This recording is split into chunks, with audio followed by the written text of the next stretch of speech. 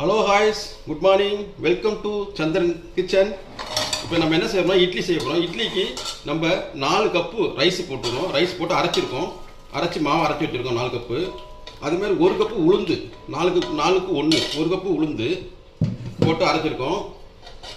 இட்லி செய்கிறதுக்கு 1 கப்பு உளுந்து, வெந்தயம் 1 ஸ்பூன் வெந்தயம். இட்லி செய்கிறதுக்கு 4 கப்பு ரைஸு, 1 கப்பு உளுந்து, வெந்தயம் 1 ஸ்பூன். அதோட நம்ம மிக்ஸ் பண்ணுறதுக்கு ரைஸ் மிக்ஸ் பண்ணலாம், இல்லைனாக்கா ரைஸ் சேர்த்துக்கலாம், இல்லைனாக்கா கொஞ்சோண்டு நம்ம அவுள் சேர்த்து. நான் அவுள் கொஞ்சம் சேர்த்துருக்கேன். இதுக்கு தேவையான அளவு உப்பு, 1 ஸ்பூன் போட்டு நல்லா மிக்ஸ் பண்ணி கலட்டிட்டு வரணும். ஒரு 4 மணி நேரம் இது ஊறினாதான் இட்லி நல்லா புளிப்பாக நல்லா அப்படியே இருக்கும். நம்ம நைட்டு டின்னருக்கு இட்லி எப்படி செய்யறதுன்னு பார்ப்போம் வாங்க. நம்ம சேனலுக்கு சப்ஸ்கிரைப் பண்ணுங்கள், லைக் பண்ணுங்கள், கமெண்ட் பண்ணுங்கள். All friends, thank you. நம்ம hello hi's, good morning.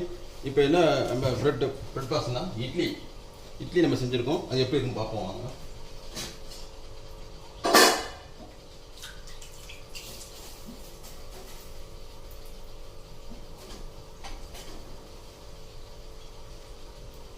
Idli நம்ம எடுத்தாச்சு.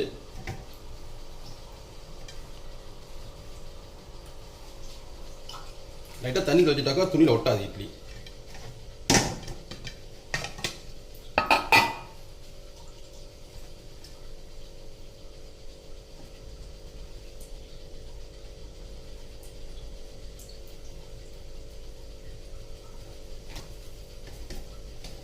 பாருங்கள், இட்லி நல்லா சுட பொசுன்னு இருக்குது. நம்ம மாவு ஊற வச்சு அரைச்சது. இது எப்படி அரைச்சுன்னு ஏற்கனவே சொல்லியிருக்கேன். 4 கிளாஸ் ரைஸ் அரிசிக்கு 1 கிளாஸ் உளுந்து, 1 ஸ்பூனு வெந்தயம். இட்லி நல்லா சுட இருக்குது. இதுக்கு எப்படி நம்ம மேலே சட்னி செய்யலாம், சாம்பார் செய்யலாம். அதனால் நம்ம தூள் இட்லி பொடி செஞ்சுருக்கோம். இட்லி மிளகாத்தூள்,